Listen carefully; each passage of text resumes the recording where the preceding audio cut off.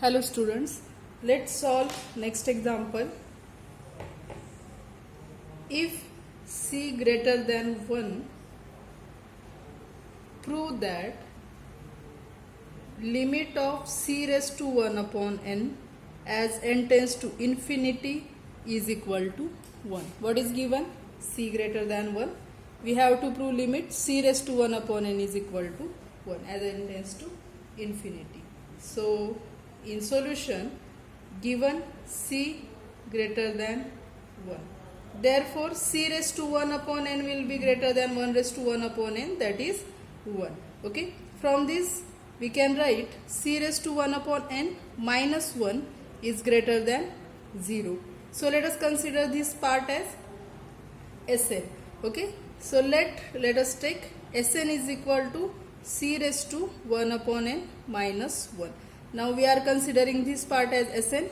Therefore, Sn is greater than 0. Okay. From this, we can write c raised to 1 upon n is equal to, we can shift this 1 to left hand side. So, this equal to 1 plus Sn. Okay. Taking nth power to both hand side, what we get?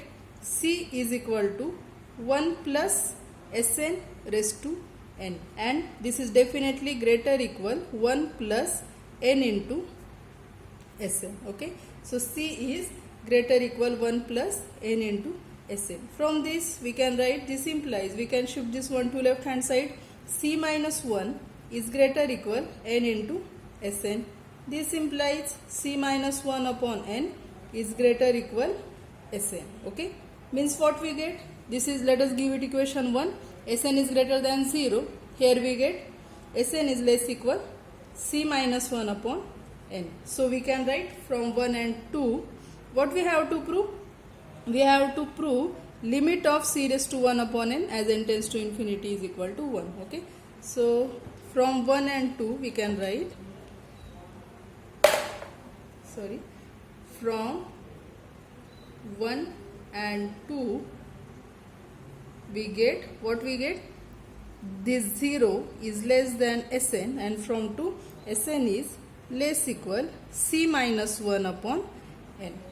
But what is limit of C minus 1 upon n? As n tends to infinity, C is constant, so its limit will be 0. But limit n tends to infinity, C minus 1 upon n is equal to 0. Means what we get? It is 0 less than Sn, less equal, limit of this function is 0. Limit of this function is 0. So, we can use by squeeze theorem, we can say limit of Sn is 0. Therefore, by squeeze theorem, we can write limit of Sn as n tends to infinity is equal to 0. But what is Sn?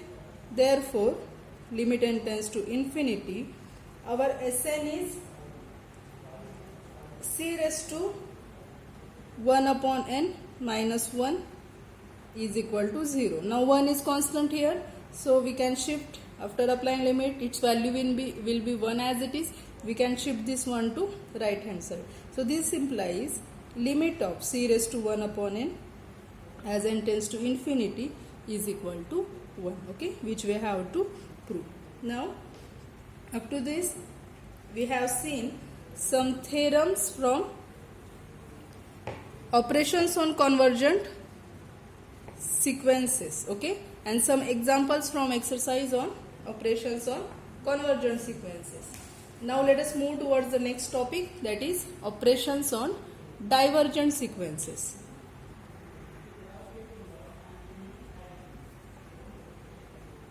Operations on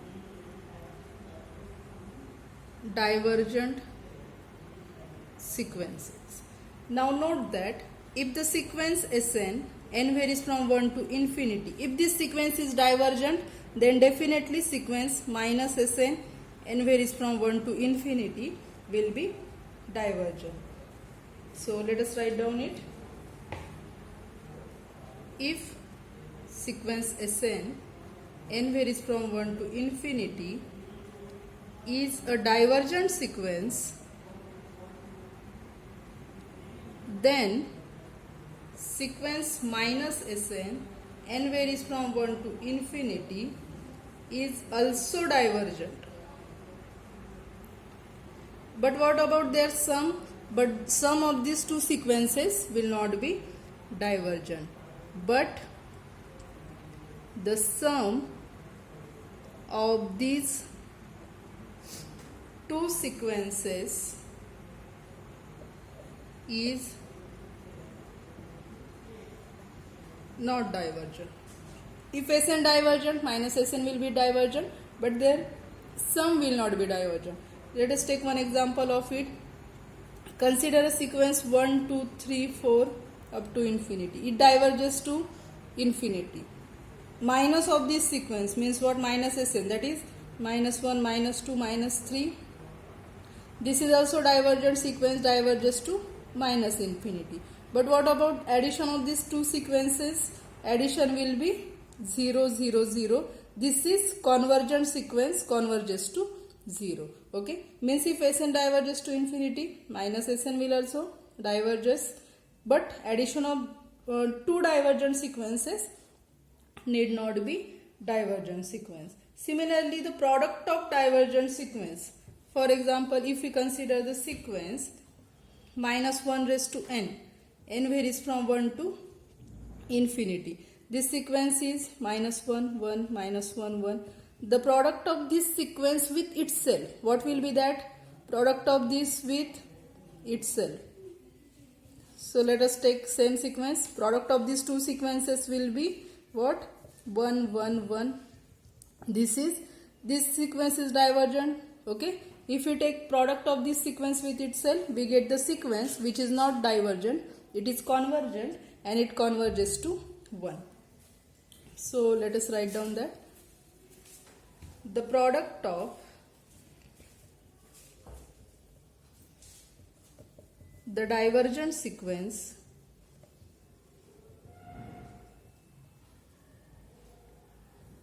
minus 1 raised to n, n varies from 1 to infinity, with itself is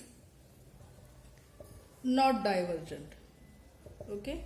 Now let us see some theorems. Theorem is, if there are two sequences Sn and Tn, if both sequences diverges to infinity, then their sum means the sequence Sn plus Tn and their product Sn into Tn are also diverges to infinity. If two sequences diverges to infinity, then their sum and product also diverges to infinity. That is statement of theorem. If sequence Sn and sequence Tn are sequences of real numbers that diverges to infinity, then so do their sum and product. Then so do their sum and product means what? The sum of these two sequences also diverges to infinity. The product of these two sequences also diverge to infinity. We can write it, that is sequence Sn plus Tn, n varies from 1 to infinity, and sequence Sn into Tn, n varies from 1 to infinity, diverge to infinity. Let us prove it. So first of all, what is divergent sequence? Any sequence Sn is said to be divergent if for any large m where m belongs to real number, we can select any large real number such that for this large real number there exists a natural number. Okay, there exists a natural number, let us say n, such that Sn is greater equal capital M for all n greater equal this n. Okay, means what? In this way case we can say sequence is diverges to infinity. Means for any large number, any large real number, there exists a numbers of the sequences greater equal that n. After certain term, all the terms of the sequence will be greater equal n. That is called as divergent sequence. So in proof we can write what is given. Given sequence Sn and sequence Tn are sequences of real numbers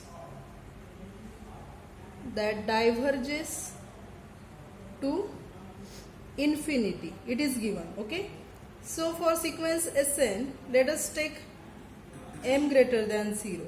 So m greater than 0, choose some n1 belongs to I such that this n1 must be selected such that Sn is greater than this m for all n greater equal n1. Okay, this is for sequence Sn. And choose n2 belongs to I such that Tn is greater than 1. Okay, Tn is greater than 1 for n greater equal n2. In space of m, we are taking a fixed number 1. Okay, so means this capital N2 is the number such that after that N2, if we take suffix n, that is Tn will be greater than 1. Such N2 is selected. Okay, now if we choose n is maximum of n1 and n2, we have to combine this Sn and Tn. So then we are selecting, then for n is equal to maximum of n1 comma n2, we can combine these two statements. Okay, so let us add them and perform their product. So for n we can write Sn plus Tn. For addition, Sn plus Tn is greater than m plus 1. Okay, and m plus 1 is definitely greater than m. In bracket, now n greater equal n1, n greater equal n2. So you can write here n greater equal n. Okay, for product, this is for addition. Sn plus Tn is greater than this m plus 1. Okay, for n greater equal n, because we are selected n maximum of n1 and n2. And what about multiplication? Sn into Tn will be greater than m into 1. M into 1, that is m, for n greater equal n. Means what we get? For arbitrary real number, there exists natural number such that Sn plus Tn greater than m for all n greater equal n. And Sn into Tn is greater than m for all n greater equal n. From this we can say that sequence Sn plus Tn and sequence Sn into Tn diverges to infinity. So we can write, since m was an arbitrary positive number, Sn plus Tn diverges to infinity as n tends to infinity, and Sn into Tn diverges to infinity as n tends to infinity. Okay, means what? If Sn diverges to infinity, Tn diverges to infinity, then Sn plus Tn, addition of these two sequences also diverges to infinity, and multiplication of these two sequences also diverges to infinity. Next theorem is, two sequences are given. One sequence diverges to infinity and another sequence Tn is bounded sequence. One diverges to infinity and another is bounded. Then the sequence of addition of these two sequences is diverges to infinity. So let us write down statement of theorem. If sequence Sn and sequence Tn are sequences of real numbers if sequence Sn diverges to infinity and sequence Tn is bounded, then sequence Sn plus Tn as n varies from 1 to infinity diverges to infinity. Let us prove it. What is given?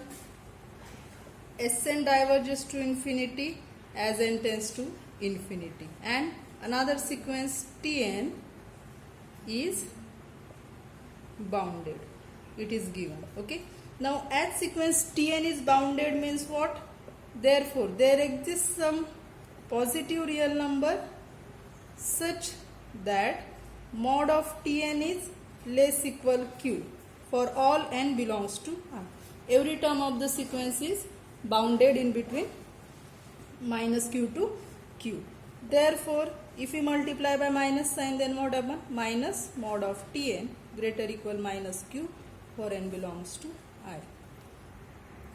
Again, as sequence Sn is diverges to infinity means what? For given m greater than 0, let us choose capital N belongs to I such that we have to choose capital N satisfying which condition? Sn is greater than m plus q for n greater equal capital N. In definition, what we do?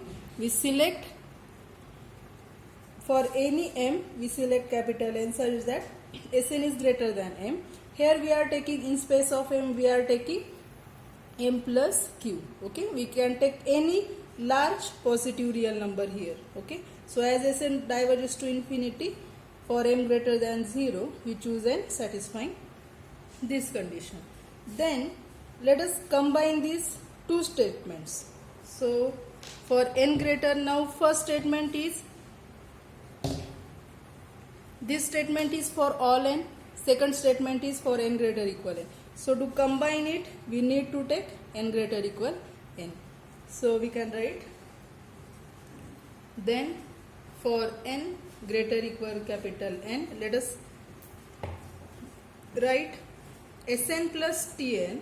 Now Sn plus Tn is definitely greater than Sn minus mod Tn. It is addition, Sn plus Tn. It is subtraction. So this is definitely greater than this. And from this statement, Sn is greater than m plus q. So we can write greater than m plus q, and minus Tn is greater equal minus q. So we can write it is greater than minus q. So it will be equal to m. That is what we get. Sn plus Tn is greater than m for all n greater equal capital N. What this implies? This implies Sn plus Tn tends to infinity as n tends to infinity. What we proved? If one sequence Sn is diverges to infinity, Tn is bounded, then the sequence of addition of these two sequences diverges to infinity as n tends to infinity. Let us prove a corollary of this theorem. Corollary is, if sequence Sn diverges to infinity and if sequence Tn is convergent, what is given? One sequence diverges to infinity, one sequence convergent, then sequence Sn plus Tn, n varies from 1 to infinity, diverges to infinity. So how this can be proved? What is given? Sn diverges to infinity and another sequence Tn is convergent. Now we know that every convergent sequence is bounded. Okay, so as every convergent sequence is bounded, Tn will be bounded. So by using last theorem, one sequence diverges to infinity, another sequence is bounded, so addition of that two sequences will be diverges to infinity. So in proof we can write, given sequence Sn diverges to infinity and sequence Tn is convergent. By theorem, as every convergent sequence is bounded, so what happened? As every convergent sequence is bounded, sequence Tn is bounded. Means we get one sequence diverges to infinity, another bounded. Therefore, by above theorem, we can write sequence Sn plus Tn as n varies from 1 to infinity diverges to infinity. Okay, that is proof of corollary. Let us solve example. Give an example of sequences Sn and Tn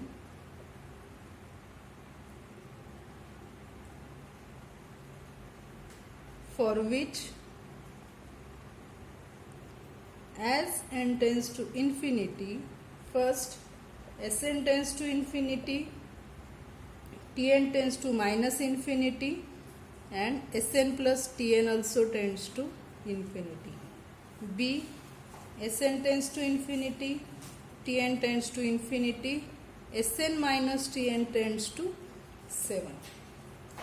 So we have to find out sequence Sn and Tn. For A, Sn must diverge to infinity, Tn must diverge to minus infinity, and their addition should diverge to infinity. So we can find out such sequences for A. If we take, let us take Sn, n varies from 1 to infinity. If we take Sn as 2, 4, 6, 8 like this, now here Sn tends to infinity. Okay. If we take Tn, now we want Tn such that it should diverge to minus infinity. If we take Tn as minus 1, minus 2, minus 3, then second sequence Tn diverge to minus infinity. What about their addition? And Sn plus Tn, n varies from 1 to infinity. What will be addition? 2 minus 1, 1, 4 minus 2, 2, 6 minus 3, 3. So this sequence diverges to infinity. So we have find out A. Here Sn diverges to infinity, Tn diverges to minus infinity, and Sn plus Tn diverges to infinity. So we can write here Sn tends to infinity as n tends to infinity, Tn tends to minus infinity as n tends to infinity, and Sn plus Tn tends to what? Infinity as n tends to infinity. Okay, that is solution of A. Now in second, we have to find out in B, Sn and Tn both diverges to infinity, but their subtraction must converge to 7, number 7. So for that, if we take, let Sn, if we take sequence Sn as 8, 9, 10, okay, this sequence diverges to infinity, Sn tends to infinity as n tends to infinity. And if we take sequence Tn as 1, 2, 3, 4 like this, here Tn tends to infinity as n tends to infinity. What about their subtraction? We want their subtraction tends to 7. Therefore, we selected these two sequences like this. So here sequence Sn minus Tn as n varies from 1 to infinity, this will be what? 8 minus 1 7, 9 minus 2 7, 10 minus 3 7. So all terms will be 7 of this sequence, Sn minus Tn. So definitely Sn minus Tn converges to 7 as n tends to infinity. Therefore Sn minus Tn converges to 7 as n tends to infinity. Okay. So let's stop here. In next lecture we will start next topic, that is limit superior and limit inferior. Okay, thank you.